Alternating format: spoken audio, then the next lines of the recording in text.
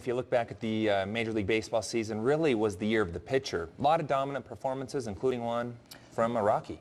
Ubaldo Jimenez. Yep. One of 6 no-hitters in 2010, and it's one of our top plays. April 17th, 2010. It has a ring to the Rockies fans for one big reason. It was the night that Ubaldo Jimenez used his arm to speak up. The night Colorado's soft-spoken ace tossed the franchise's first no-hitter in Atlanta. And it is also number 8 of our most exciting sports stories of the year. 1-2 now. Ground ball towards second. It's a Rocky Mountain high and a no-hitter. He's just a silent giant. That's what he is. The silent giant went into that game on April 17th with just 33 Major League wins and 2 complete games in his young career, but all the talent in the world. He was throwing as hard in the 9th inning into about his 115th to 120th pitch as he was in the 1st inning. It was moving. It was his night to shine. The fastball hitting 100 miles an hour, the slider straight filthy. And when you see Ubaldo Jimenez swinging the bat like this, you know it's going to be a special night. But like any no-hitter, the pitcher needed his defense. Fly ball left center field, pretty well hit. Fowler on the run, saves the no-hit bid. It pays to be good, but even the good ones need to get lucky sometimes. I didn't start the game good. I was wide, like throwing the ball everywhere. But thanks God, I was able to come back and just get the guys out, you know. The first no-hitter of the year set off a chain reaction.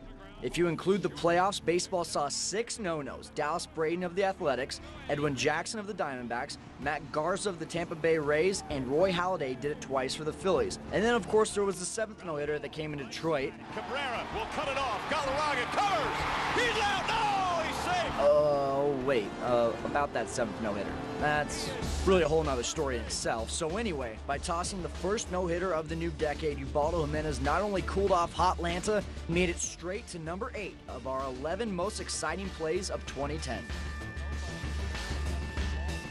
And what a day that was. Now moving on to the Broncos, John Elway's role with Denver's organization is still undefined, but in the meantime, there's one way that he could help. Only one problem. It would involve rooting for the Broncos to lose. Depending on what the organization decides will be the future of Tim Tebow, the Broncos could have a shot at drafting quarterback Andrew Luck from Stanford University, the same Stanford University that Elway graduated from 27 years ago. The Cardinal quarterback is expected to go first in the draft, but as it stands now, the Broncos are slated to have the 2nd pick of the 2011 draft behind the Carolina Panthers. So here's what has to happen in order to grab the number 1 pick. The Broncos have to lose their last 2 games against the Texans and Chargers, and the Panthers have to defeat the Falcons in their final game of the season. So root for Bronco win or loss? That is the question.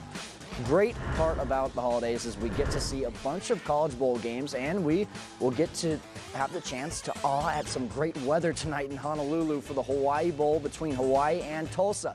And in college basketball, the CSU Rams will play Southern Miss at 7 tonight in Cancun, Mexico. The Rams have won 3 in a row and sport a 7-3 record. Finals of those games tonight. Who says you need to go to a hockey game or a boxing match to see a fight? Why not just show up to warm-ups of a Mississippi basketball game? Renardo Sidney and Elgin Bailey fought in the stands before yesterday's game, and now they are suspended indefinitely. Ironically, Sidney said that before this whole thing happened, Bailey was like a brother to him. Sometimes brothers fight like that, Happens. I don't have a brother, so I wouldn't know. We have to separate you and Tom like that sometimes. Occasionally. Tom's like a brother, so we might actually get in a fight. Yeah, there you go. We'll be right back.